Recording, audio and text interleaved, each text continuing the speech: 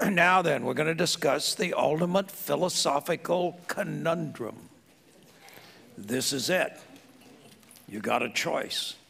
Does the universe blow or does the universe suck? Which is it? How many people say the universe blows or pushes? How many people say the universe sucks or pulls?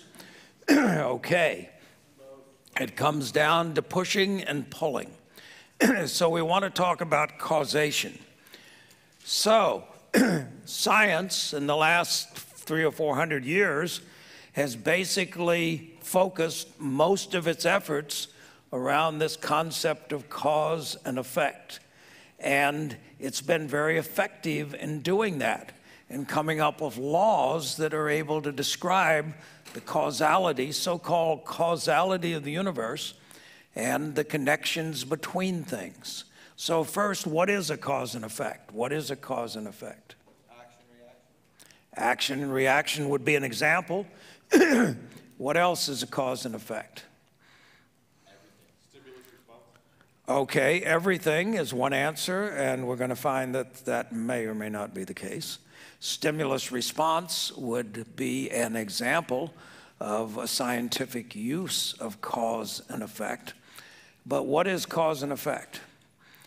A known relationship between objects. Okay, a known relationship between objects or entities. So, first, where do causes exist? Do causes exist in nature? Everywhere. Do causes exist in nature?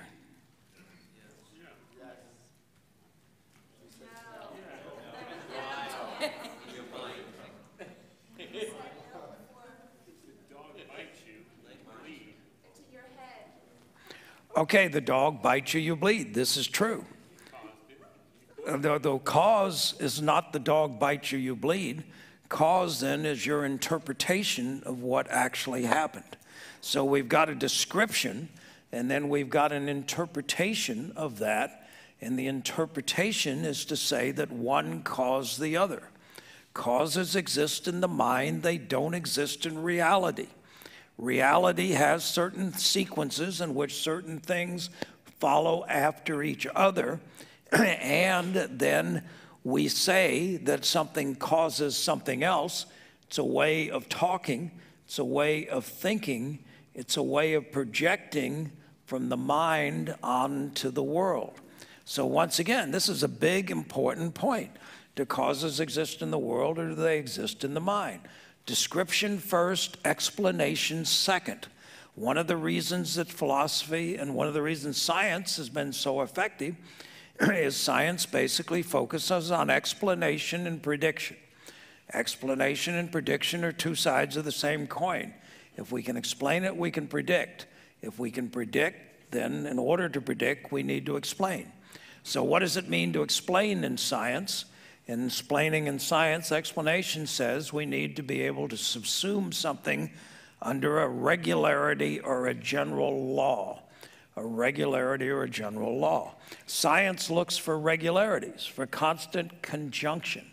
It looks out into the void, it sees chaos. It tries to find order in the chaos. Order being things that hold up and are constantly conjoined over time. That's good. That's what allows scientists to progress. And when we start talking about causality, now then you see, this is part of the problem here. We're kind of locked in. Once again, we go back to Don Juan. And Don Juan, of course, is the ultimate guru. And Carlos is the ultimately inept student that needs sledgehammers in order to try to get him to understand some of these things. So Don Juan said, "Now I understand. You only see things you can explain. If you can't explain something, you can't see it. You are blind to those things you can't explain." So most of us are like Carlos, and particularly because science has been so successful in explaining the world, it's become the paradigm in which everything is built on. Now then, there becomes a few problems as we've begun to discuss a little earlier. So one of the 5 pillars of classical physics is the idea of causality. Now then, once we get entanglement, and once we get some of these other things beginning to happen, the classic idea of causality is beginning to be damaged. It doesn't work when we go to the micro or the quantum level. So it was a simple thing that we can use at the general level that we live at, and it's a simple way of talking that this causes this. It's a way we can punctuate sequences of before and after. It has a utility in that respect. But like many of the things we're discussing in this skill shop, we need to be able to move to a different level because it's blinding us to other things. Because our mind, the same way it's begun to be canalized by the language we use, it's also being canalized by this form of belief of causality. Now then, there are 2 different approaches to causality. I asked you at the beginning, does the universe blow or does the universe suck? So science says the universe pushes and it blows. The way things happen is because we push and we blow. And we understand that because we use the word because. This happens because. Because is talking about formal causation, which is what science basically then focuses on, or another word classically in philosophy is efficient causation. But is that the only form of causation out there?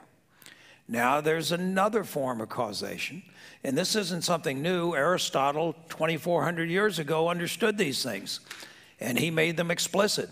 He had 5 different types of causality, and science picked the one it liked and then simply ignored everything else. So, why do we do what we do? Why did you come to this seminar? Why did you come to this seminar? Why did you come to this seminar? Okay, so there could be 2 different explanations. Because you had no choice, because you're a learning junkie, because you got this in the mail, because you had to do it, because you had to be here.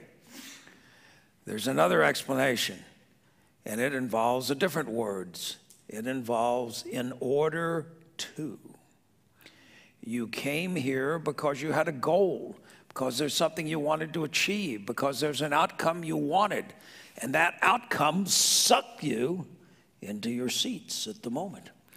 So, once again, there's another side to the equation. The other side to the equation is the entire basis of goal-directed behavior. We do things in order to achieve a particular outcome. Now then, if we really take this scientific model, which is frequently done, and if we take it into psychology, and if we really get caught up in it, we end up with a philosophical position called determinism. So what does determinism say? It says everything is determined. Now that was the 5th law of classical physics. And we said that got thrown out because the other things got thrown out. But there's still an ongoing debate in the world between determinism and free will. Determinism and free will. So why do you do what you do? Determinism says you got no choice. It's all predetermined. It's all started, and once it's started, then the thing simply keeps unraveling, and your life is a predetermined process, and you can't do anything about it. So you might as well just relax and enjoy the show because you're no control whatsoever. Do you believe that? Are you ready to buy into that? Are you ready to accept that? A lot of the world is. And at times, all of us will say things like, I had no choice. It's simply the way I am. It's simply predetermined by my dispositions, by my basic tendencies, by my habits, predetermine what I'm going to be doing. So the other approach then, and now if you're based on predetermination, Forget about controlling the mind, because you can't control the mind, because what goes in the mind is predetermined. You can't use your brain to create success, because you can't create success, because that it's predetermined. And if it's predetermined you're going to get it, great. If it's predetermined you're not going to get it, then there's nothing you can do about it. The religious people picked this up, and Aquinas got it, and he said, hey, this is great stuff. So that means you're either predetermined to go to heaven or you're predetermined to go to hell. And some of you sinners, I have sad feelings. So the question is, where are you going? And the religion, then there's big debates about predetermination and all of this thing, and then what kind of a God would predetermine certain people would go to hell, and all of these problems. But we're not going to go there. So, but what we are going to talk about once again is a different view of causation, a different view based on pulling, a different view based on sucking, a different view based on that we set a goal, we set an outcome, and that becomes an attractor. Eben talked earlier about the attractors and the repulsors, and that outcome becomes an attractor that pulls us toward it. And there's certain advantages to this, because if we've got causation, we've got the exact path, and there's only one path to get there. Whereas if we have got teleological causation, in which we have got the future pulling us toward it, we set the goal and we can have multiple paths to get to that goal. We can have multiple paths to get to that goal. So, also further a little bit, I talked about earlier when I was talking about some of the challenges that entanglement presents to modern science, and that we got into this really weird stuff. And once again, always remember that I understand you very well. I understand you only see things you can explain, and if you can't explain it, you can't see it, which is a real problem for all these deterministic physicists, that suddenly they're finding that the signal occurs before. How can that happen? How can the person's mind become receptive 100 milliseconds before the signal is even transmitted? How can the randomness of the noise of the universe suddenly be interrupted several hours before the plane flies into the World Trade Center? That's pretty spooky, for crying out loud. That's kind of bizarre. So how do we begin to explain some of this stuff, that things then happen, and it may happen because, once again, that things are pulling in that direction rather circumstances pushing from behind. So what happened in the World Trade Center? So some terrorists flew some planes into the World Trade Center. That's what we know. Now then, so what caused that to happen? What caused that to happen? So we could say, okay, well then what happened is they piloted the plane and they put it on the trajectory, and once they put it on the trajectory, then it was all over. It was going to go in. But why did they do it? They did that because they obviously wanted to blow up the building, and they wanted to create pain, and they wanted to create destruction. Why did it happen? Well, how did the universe know 2 hours before it happened that the noise level suddenly then changed and was evident 2 hours before it happened? The universe knew it was going to happen, or did the universe know it was going to happen? And did the noise level changing then cause it to happen? These things get pretty far out there. The major thing is we need to realize that much of the time in life, and whenever we use in order to, whenever we do planning, whenever we go to the future and come back, that we're talking about teleological or a different kind of causation. So once again, there's a lot of philosophical debate, a lot of discussion around these ideas. Now then, I want to leave you once again The world is probabilistic. Causes exist in the mind as a way of trying to explain things, as opposed in nature. Nature has events, and we can describe them.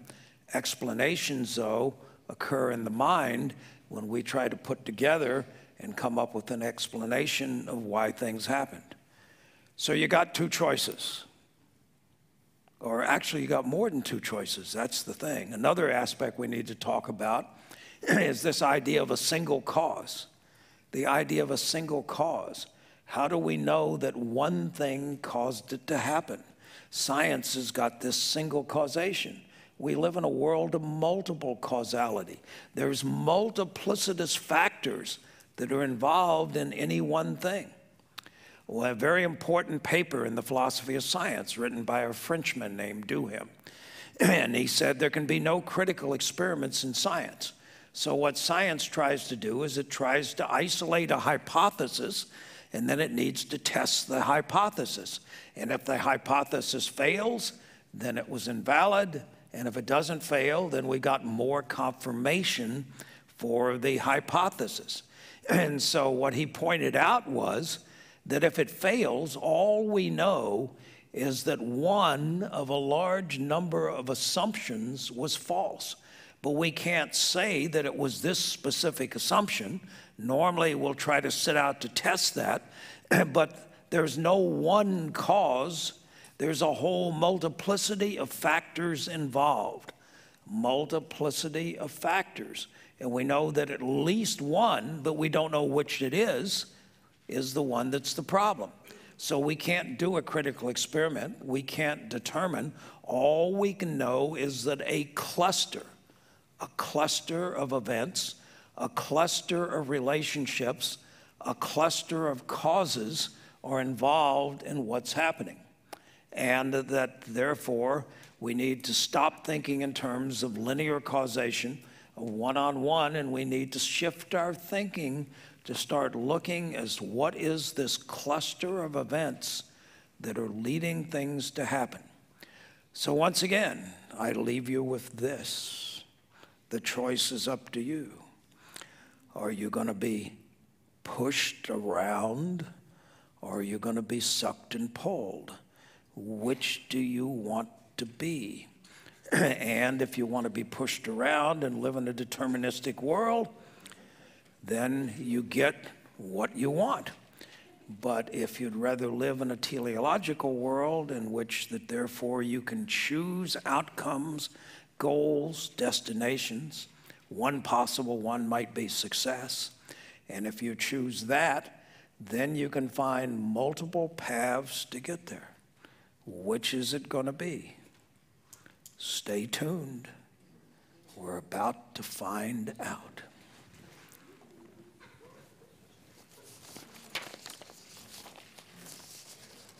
Also, we're about to turn a corner. We're about to turn a corner. The first level synthesis is about to occur. So stay tuned here, because now we're going to begin. We spent 2 days now re-altering our map of reality. We went beyond this problem that you were stuck in, where that if you couldn't explain it, then you couldn't understand it. And we're beyond that now. So now it's time for the pieces to start coming together, as well they should. I'd like to introduce you to the crux of the program and to what I consider to be one of the greatest insights of my life.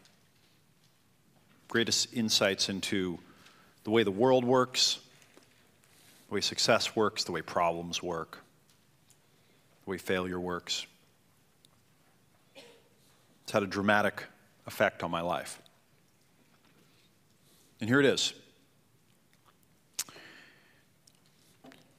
We created this diagram to transition from thinking in terms of kind of linear cause, effect, and one-dimensional relationships between things, to understanding holons and cause effects and how they come together in systems to create a higher order emergent property. And here it is. Success is an emergent property. Success is an emergent.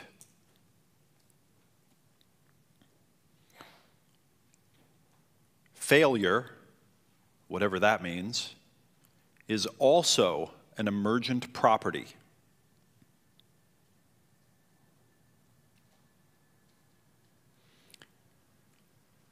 All of the most important definitions, or the high-value definitions, the most meaningful definitions or significant definitions of success, on all the levels that we're discussing, physical, health, vitality, energy,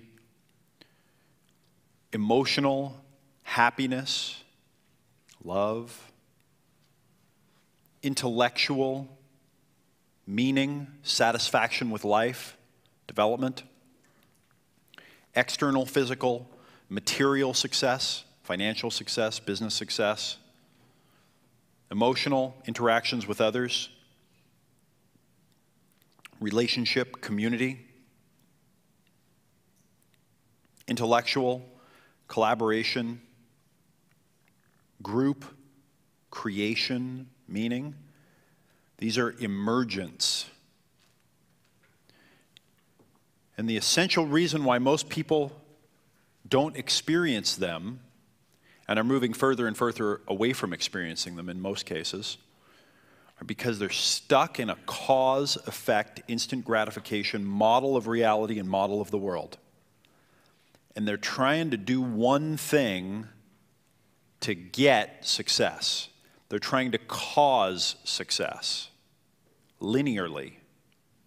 I think it was in Dave Ramsey's book when they asked people at the poverty level, what's the most likely way that you will get your hands on $500,000 in your lifetime? The number one answer was, win the lottery. It's the number one answer. Win the lottery. That's what most people are doing with every important area of their life, is that exact thing. In their mind, they think that there's going to be one thing they're going to do, or maybe a couple, and that when they do them, it's going to cause success. Turns out you can't win the game that way. You're just distracted. I was talking to Jeffrey Miller last year. He's the author of The Mating Mind and also the book Spent, which are both brilliant books. And he was saying, you know, it's interesting, you go to the inner city and you see these kids playing basketball every day, and they're just playing and playing and playing. And they're not really worried about reading books or getting an education or what's going on in school. They're not worried about learning life skills because they all know that they're going to be a sports star or they're going to be a rap star. And they know it. That's it. And what they also know, because they see it on TV and they read about it now because of our media, they know that when that happens, everything else is going to be solved. That's going to essentially be their lottery ticket. Because once you're a rap star, you get as much money as you want, you get as many women as you want, you get to fly on jets, you get to have a Ferrari and a big house. And I mean, what else is there? And Jeffrey was saying, and the probability of that happening, like the real probability, is, you know, whatever, 1 in 250,000, you know, or 1 in 6 million. Right? The odds are astronomically against them. On the other hand, if that inner city youth just had a little bit better conception of how things worked and wasn't kind of trapped in this mindset, they might say, you know, I'm going to go get a job at the local parking lot, and I'm going to learn how the parking lot world works, and I'm going to get really good at understanding that, you know, a totally boring kind of job. And I'm going to learn that, and I'll work there for a while, and then maybe a few years later, I'll get a job at a bigger parking lot, and I'll learn the parking lot business. And then maybe in 10 years, I'll save up and I'll buy a little parking lot, and I'll grow that business, then I'll buy a couple of more parking lots. That if they really got that and they followed it, that their probability of becoming financially independent in really not that long of a time, instead of 1 in a million, might be something more like 1 in 6 or 1 in 2. Right? By going and learning something that you wouldn't think in a million years that could lead to that. Right? When you meet the millionaire next door, as Thomas Stanley calls them, right? They're driving an old used car and they're just a regular person and you wouldn't know. And oftentimes they make 60 grand a year and have for 30 years, but they just made a few different decisions and they're financially independent. Success emerges. That's it. That's the bottom line. Success emerges. When all the elements are put in place and they link up and they become a system, success emerges. And when they're not put in place, and it can be just one component missing, then this thing known as failure emerges. Okay, so just like success emerges, failure emerges.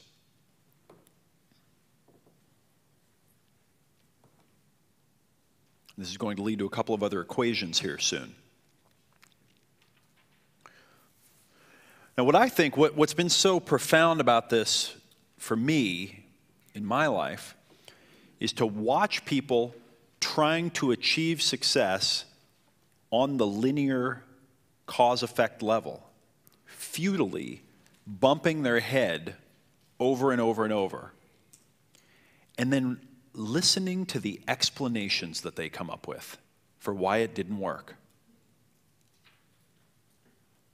It's incredible. It is profound to listen to the fiction that humans write about why it didn't work when they were playing a game that you can't win. You can't win that one.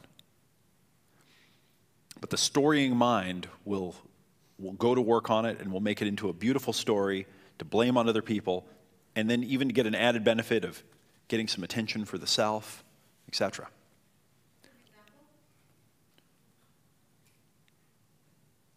Name any failure that anyone's ever had, and that's the example.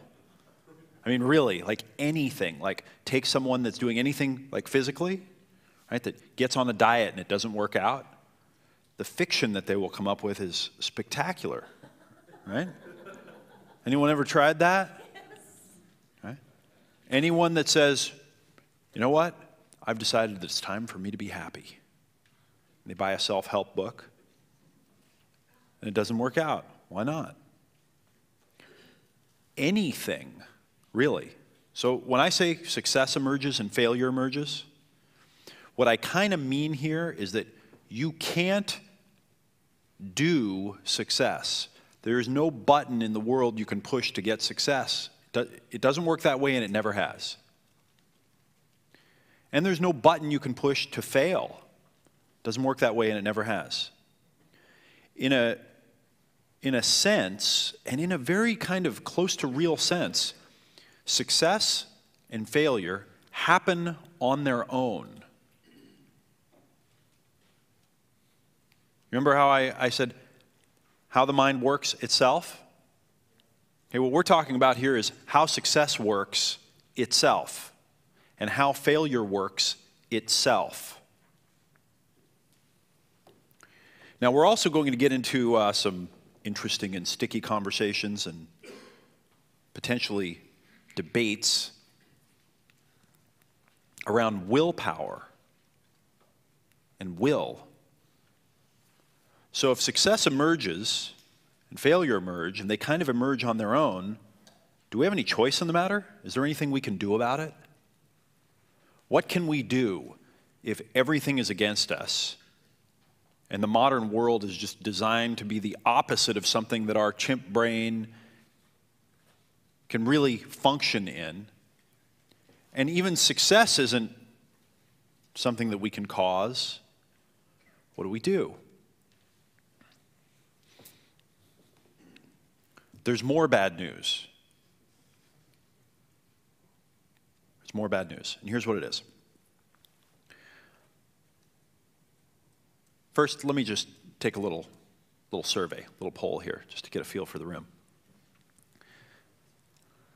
Who would say, who here would kind of vote that the average human being in the world, and I really want what you think, okay? Try to go when you got into this program. What did you think before? What's your gut tell you? The average human being, when they're awake and walking around or doing what they do in the world, is experiencing a state of mind, body, of life that we could describe as free will. Raise your hand if you think that most people have what's can be described as free will. Really, raise your hand. Yeah? Right now. Who thinks that most people are experiencing what you could describe as free will? Okay. Who would say that most people do not experience most of the time what could be called free will? All right. My experience of it is that this debate goes back and forth, and like Wyatt points out, some people are on the free will side or in that camp, and some are on the determinism side. They don't really try to figure out how to meet in the middle. We'll talk later in the program about looking for these debates and dilemmas and then fitting them together so that you can have a bigger picture, a better map. There's always a way to fit them together.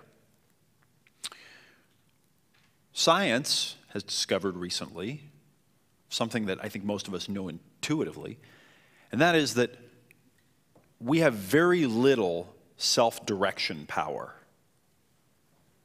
We have very, very little self-direction power, what we could call willpower. There was an experiment I just read about recently where they took a group of people and they had them watch a movie and then do some math problems. Okay, so they watched a movie and then they did math problems. They broke them into two groups. One group, they said, watch this movie and control your emotions. Okay, don't allow yourself to be emotionally affected by the movie. And the other group, they didn't give any instruction to except watch the movie. Turned out to be a very dramatic movie with a lot of emotional ups and downs. After the movie, they had them take math tests with complex, grueling math problems. And the people who had to control their emotions, not emote during the movie, couldn't do the math problems. The people who were allowed to emote could do the math problems. It turned out what was happening is that the people who weren't allowed to emote were using their willpower, okay, were using their kind of control over themselves to control and resist their emotions, and when it was over, it was time to do math, they didn't have any left. They couldn't control themselves. Most things that we do every day, almost all of them, are habitual. They're the same things at the same time, in the same sequence, with minimal variation, and the variation is typically, switching out, today I think I'm going to have whipped cream on my mocha. I've been good all week. You know what? Throw the whip on there. Habit? Come on. I'm getting the whipped cream today. Really. And to change one of those habits, right, to change one of those pattern behaviors, requires a lot of effort. The strategy that most of us use, and actually if you listen to the exercises here, if you kind of think about them in a certain way, the strategy that most of us use when we want to change something in our own behavior, the strategy is called, I have to remember to. That's the strategy. You know what? I have to remember to not eat so much at every meal. Oh, you know what? I have to remember to appreciate my family members more. You know what? I have to remember to start investing. I have to remember to. And of course, what they say a lot then after that is, oh, I forgot. Oh, I forgot. I have to remember to, oh, I forgot. I have to remember to, oh, I forgot. Who's played the I have to remember to, oh, I forgot game in their life once or twice? It doesn't work. The I have to remember to game never works. It's an excellent, excellent model for self-torture. I mean, it really is. It's one of the best self-torture mechanisms I've ever seen discovered. I've given up on I have to remember. I've just given it up. In fact, I think that I've probably experienced about a, 80% reduction in internally generated stress and self-criticism because I've vanquished I have to remember to from my world. If something is important to remember, I say, okay, what is that? All right, I put a little mark in my mind. I know that by saying I have to remember to, it's not going to make it more likely that I'm going to remember it, so I don't want to get myself into that. And then I try to get help or put some reminder or do something in the physical world to make myself. And if you ever come to my house, you'll see there's usually Post-it notes on my counter or on my door or handwritten pieces of paper laying by my bed on the floor for the next morning or whatever. I usually, because I know I'm a creature of habit, chimp, mammal, if I have to remember, I take whatever the thing is or a note and I put it in the path to the food. Okay? I know that if it's in the path between me and where the food is, I will cross that path every few hours. And at some point, while on the way to the food, I'll go, oh, right. All right, that's good. But I have to remember game. Doesn't work. Good self-torture. What works is ritualizing, habitualizing. If it's important enough to remember once, it's probably important enough to change. And if it's just a one-off thing, put a note in your calendar and don't torture yourself with it. Or if you forget, give yourself a break. We all have to remember a lot of stuff these days. Okay? Don't get your panties in a wad. Just let it go. So how does the I have to remember game and the willpower game fit into this? This I learned from Tony Schwartz and Jim Loehr. I learned this directly from Tony, the authors of the book, The Power of Full Engagement. That's another probably top 20 most important book to read if you're a human book.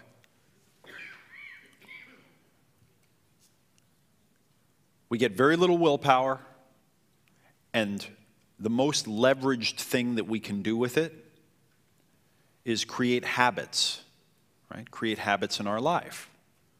Willpower, habits. Now, my strategy, and I'm going to generalize this a little bit, is to take whatever resources I have, whatever control and influence I have, and transmute, transform, turn that into elements of a system that will create an emergent called success, so that it just does it itself. Okay, I want to leverage whatever I got into something that's up on a much higher level, on a higher order, so that it creates this emergent.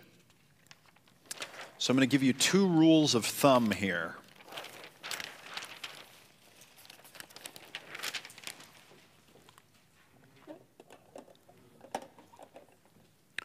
We started this program with the idea of directing our attention, taking a little bit of control over our breathing, making vision. Just to get a feel, we did the exercise again. I recommend you keep doing it. Do it at least once a day. What we want to do is we want to protect and then direct our attention. We want to protect and direct our attention. We protect it because there's a myriad of ways, myriad of forces that are trying to get it and get at it. Everyone wants our attention. That's the commodity right now. There's even a book out called The Attention Economy. We're looking for share of eyeball, share of mind.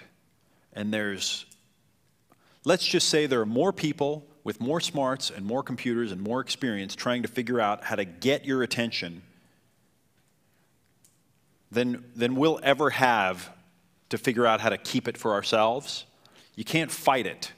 So what we have to do is protect by doing very serious things like locking ourselves in quiet rooms and turning all the electronics off and unplugging the internet connection. And we have to manage ourselves. We have to protect the attention, and then we have to direct it. And the way that we direct it is in focused, uninterrupted blocks. Focused, uninterrupted blocks. This is the specific internal game. Protect and direct our attention. When I say this kind of stuff publicly, sometimes I'll put up a video. We'll be doing a launch of our Wake Up Productive program, time management program, where I teach some of these kind of principles, specifically about how to create rituals and the most important ones to create in business and in life. And invariably, someone will come and I'll say, okay, here's the deal. The game is focus your time and attention and work in blocks of uninterrupted time of a minimum of 1 hour. Minimum, ideally 2. And then on the in-betweens, take care of all the busy work and let people call you and whatever. You got to sequester yourself and work in uninterrupted blocks. If you're collaborating with others, get into a room, close the door, turn off the Blackberries, and focus. It takes something like 15 or 20 minutes from when you get interrupted or distracted. Okay, it takes 15 or 20 minutes from when you start back up till when you get to where you were. And that's after you've started, it takes 20 minutes to get back there, to kind of get your momentum back and remember where you were at.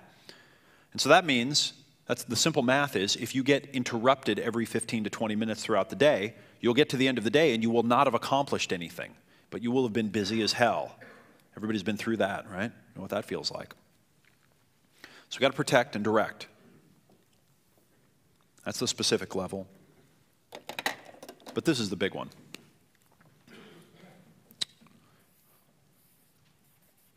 Control conditions.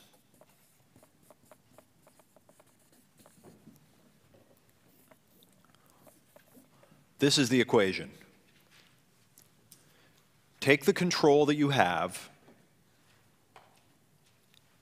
and turn it into conditions in yourself and in the world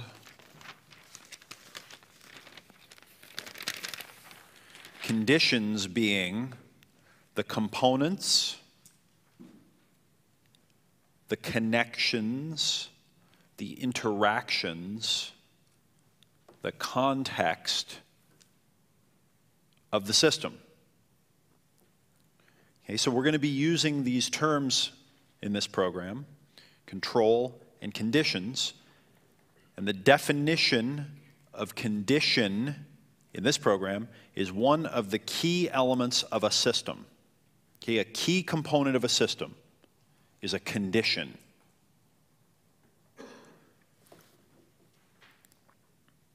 either a component,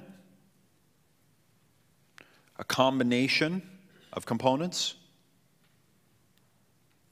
interactions within the system, feedback mechanisms in the system,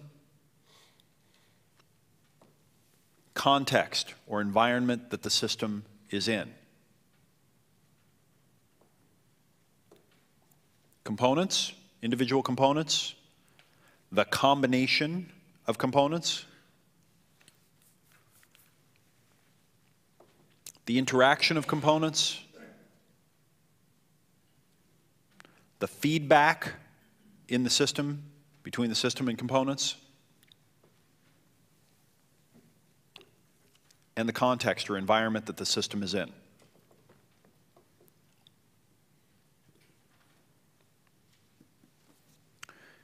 If you take the control you have in life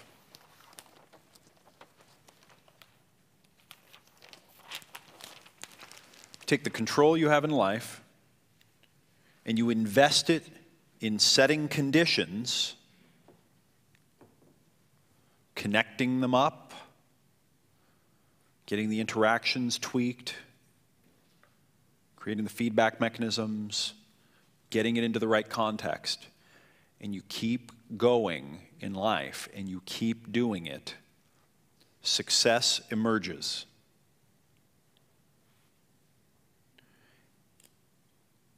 Think and Grow Rich, the most famous book on success ever, and the most profound.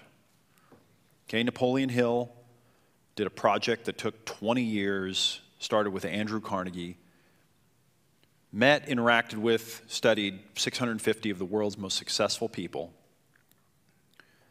He's got 13 concepts in there. And I mean, Think and Grow Rich was condensed from a 16-volume set that he wrote before that. I mean, this is condensed wisdom. This stuff is the real deal.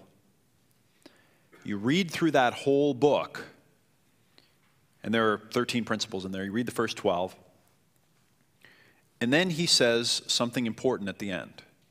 In the very last chapter, he talks about what is called the sixth sense. And he describes something that he didn't have terminology for. Systems thinking didn't exist in 1937 when he wrote the book. But he says, the Think and Grow Rich methodology, the system, is about taking each of the other 12 components and mastering each of them and then combining them all and using them together. What is that? That's setting up a system, using them all together. Okay, he's not saying, learn this one and then that's going to fix it. Or, you know, if you have this problem, go to chapter 3 and that'll fix your problem. No. He says, take all of the other 12 techniques, learn every one of them and master them. And then when you do, something magic happens. You get a superpower called the sixth sense. And it only comes after you've mastered the others. And the superpower of the sixth sense allows you to see and anticipate things that no one else can see and anticipate. It warns you of impending problems before others see them. It allows you to take advantage of situations. I'm summarizing. What's he talking about there? What does that mean? It's emergent. It's an emergent. You got it? That's what's going on there. When you put them all together and you use them together, something else happens. Right? And we didn't have terminology to describe it. Now, I've studied a lot of success literature. I've read a lot of self-help books, been to a lot of seminars. I estimate that I've spent about 365 days of my life in a seminar room, either teaching or learning, or both. That's just the time in the seminar rooms. I'm a junkie. never seen this described like this. I've never seen Think and Grow Rich decoded like that. But my experience in my life has led me to this equation. Right? And the equation is take the control that you have and invest it in conditions and keep going. Keep investing it in conditions. Just keep going. And what we have to learn how to do is we have to learn how to manufacture, create the vision, and then we have to learn how to manufacture and create the optimism and the persistence to no matter what anybody else says, no matter what it looks like is happening, whether we see it feels like we're on the right track, doesn't matter. When you know what the components are and you just keep investing your control in setting those conditions, internal and external. In Think and Grow Rich, he says it, that he, after interviewing all these people, they said this one thing commonly, which was, when the riches finally came, when the success finally came, it came so fast and in such great amount that they were left saying, where have you been? I mean, where have you been? What's that a good description of? Emergence. Right? If you took all the parts of a car, right, if you took a Toyota, you took all the parts and you threw them in the room in a big pile of junk, they wouldn't do anything. But if you took them and you started putting them together, and you got a couple of books on how to put cars together, and you got on the internet, and you got some tools, and you maybe needed a new tool and some advice from someone, you keep putting it together, and at some point, you turn the key, and that thing fires up, and something new is going on. Okay, something new is happening. Could you imagine if you took that pile of junk on a flatbed truck to a primitive tribe in the Amazon, and you showed up, and you kind of dumped it, and you drove away, and then you brought the tribe over to see it, right? Of course, they hadn't seen the car moving. And then you said, look at this pile of junk, and they looked around, they banged around on it. And then you sat there and you put it together piece by piece over a few weeks. And they watched this, curiously, and at some point you fired the thing up and got in and drove it away. That would be a complete mind blower. But that's what successful people are doing, right? But they're building the car right in front of us. And you can watch them do it. But because you don't recognize exactly what they're doing, you don't know what the tools are, and you can't see really how it's fitting together, you don't have the map that they have, it usually takes years to really become like big success. And then after it happens, there have been so many layers to it and so many elements, they've forgotten how it worked.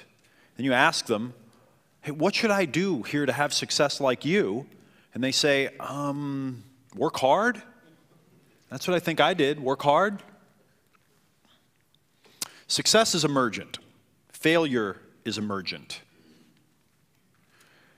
We get very little of the most valuable resource in the universe, which is will, being able to direct our own attention and our own effort.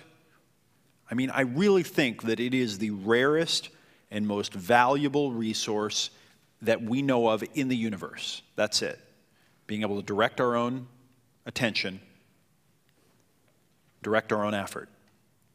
So protect it and direct it, and take whatever control you have, and we'll talk about the levels of control that we have later in the program, and set the conditions, and keep doing it. And of course, we'll talk about the best conditions to set as well.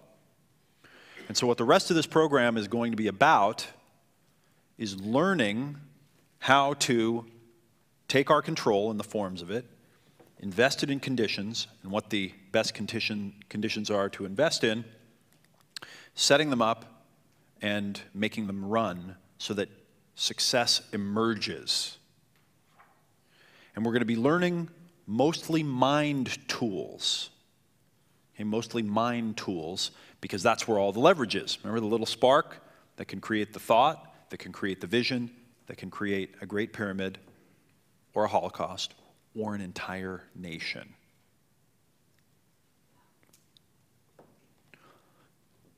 Okay, who's having an insight right now? Who's having it all kind of come together, start to come together? Good. Somebody waving their hands around over here? Good. It's important in a moment of insight like this that you take a minute and you reflect on this. You really let this settle in. Right now, we're just going to take about 3 minutes or so, and I just want you to get a blank piece of paper. I want you to just write down your insight. I want you to write down your insight. You might want to close your eyes and just think about it, what it means for a couple of minutes in your life. Whatever you want to do is fine. Just capture your insight right now.